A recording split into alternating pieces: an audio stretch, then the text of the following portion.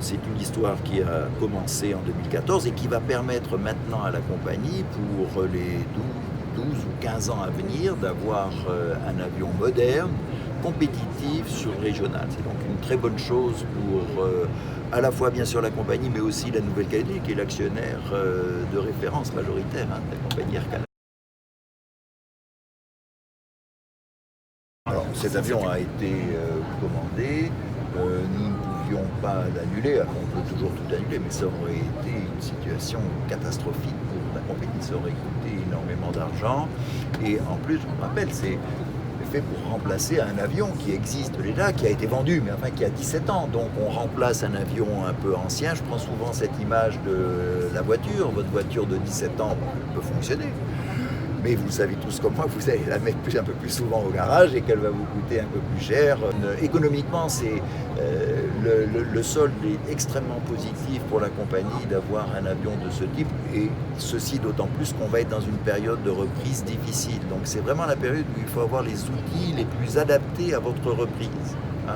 Et le raisonnement qui consiste à dire il vaut mieux avoir des avions anciens qui vous coûtent moins cher est un mauvais raisonnement dans le transport aérien. Et au contraire, il faut avoir des outils adaptés, tout comme il faut continuer à investir pour avoir ces transformations numériques, parce que si vous adaptez pas, eh bien d'autres le font et ça devient compliqué après pour votre survie. Bien sûr, les frontières sont fermées, mais je n'imagine pas qu'elles vont rester fermées pendant les 15 prochaines années.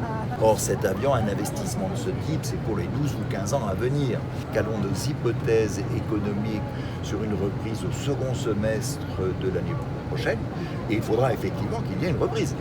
Et au mois d'août l'année prochaine, cela fera 17 mois que la compagnie ne vole pas. Donc tenir pendant 17 mois, c'est déjà, avec Sojim, c'est déjà une performance, mais chacun comprendra que ça ne peut pas durer éternellement. Alors oui, c'est une histoire de bulles avec l'Australie, avec la Nouvelle-Zélande, on a même regardé, nous, avec Singapour. Écoutez, je crois que personne n'appuie vraiment sur le bouton, sur le sujet, que ce soit les Australiens ou les Néo-Zélandais. Tout le monde est extrêmement attentif, un peu craintif aussi. Et je crois que les choses vont vraiment évoluer de manière favorable pour notre industrie, qu'à partir du moment où le vaccin se sera mis en place et se sera généralisé.